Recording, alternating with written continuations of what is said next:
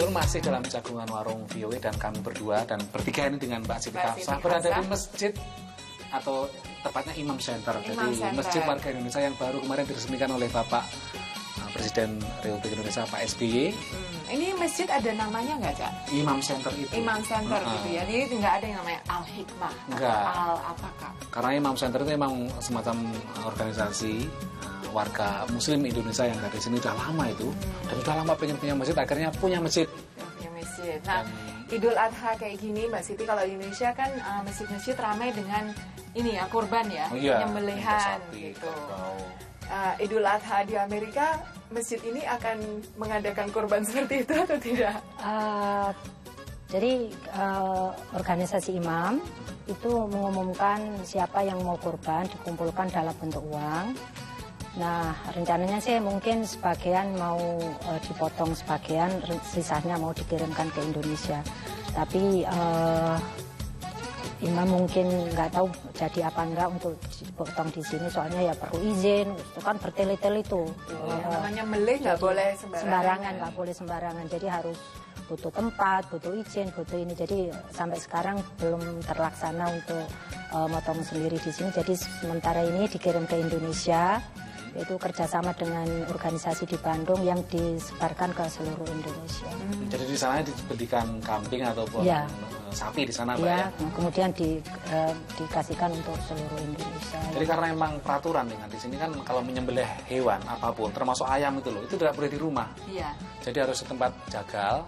Dan kemarin kita pernah kan tahun kapan ya, kita pernah mengunjungi sebuah tempat jagal di Maryland ya, yang itu melayani warga muslim untuk menyembelih di situ secara Islam. Masalah peternakan kambing itu sekarang di Amerika juga semakin banyak nih. Ada juga yang kambing hias itu loh, kambing kecil itu loh, yang untuk hiasan. Ada juga yang piknik itu ada goat dan sheep jadi satu. Tapi juga ada sejumlah warga muslim yang punya usaha juga untuk, terutama kalau pas mendekati itu harga itu juga mereka menyediakan kambing yang banyak. Betul. Kita lihat aja liputannya Mas Nara dan Bang Ronan berikut ini.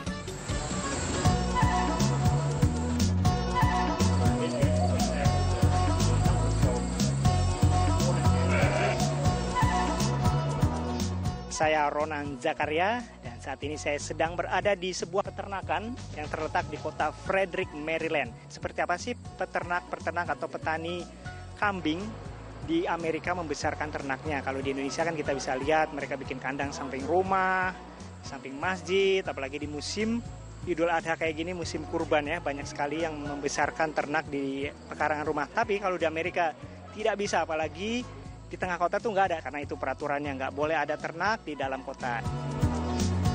Selain menjual kambing bibit untuk diternak, tempat yang kini dikelola oleh Peter Vorek juga menjual kambing untuk dikonsumsi dagingnya. When I sell meat, it's done by pound. When I sell breeding stock, it's done by the breed. I sell from anywhere from $375 a ewe to $500 a ewe. Supaya bisa mendapatkan bibit kambing yang bagus, Peter memberikan makan ternaknya tidak hanya rumput, tapi juga diberi gandum dan sereal yang kaya protein. You guys here with the corn and with the grain. Back there in Indonesia, we do it with just grass and probably put some rice. Out here too, they're on grass also, grass and hay. The ewe lambs get alfalfa hay.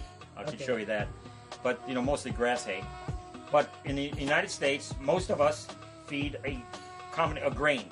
So how many times usually you feed them in a day? They get fed twice a day.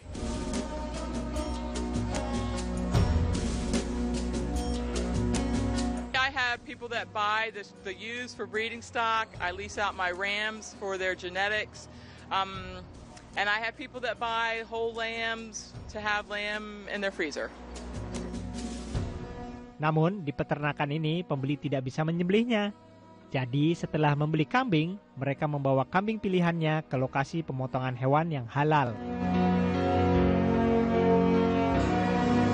Mbak Siti, kalau di sini mungkin komunitas Muslim atau komunitas Muslim Indonesia, ada nggak yang mengorbankan kambing, tapi kemudian bagi-bagi ke tetangga atau ke warga miskin? Itu ada nggak kebiasaan seperti itu? Belum ya, imam belum mengadakan itu, tapi mungkin rencana untuk masa depan mungkin ada kayak. Soalnya kan sekarang udah punya masjid, jadi mungkin tambah lebih maju, lebih mengenal semuanya. Jadi mungkin insya Allah next year. Tapi kalau di masjid seperti MCC itu ada, masjid yang lain itu ada. Jadi sebenarnya masih gayeng ini, tapi akan kita parkir dan nanti akan ketemu lagi setelah yang satu ini.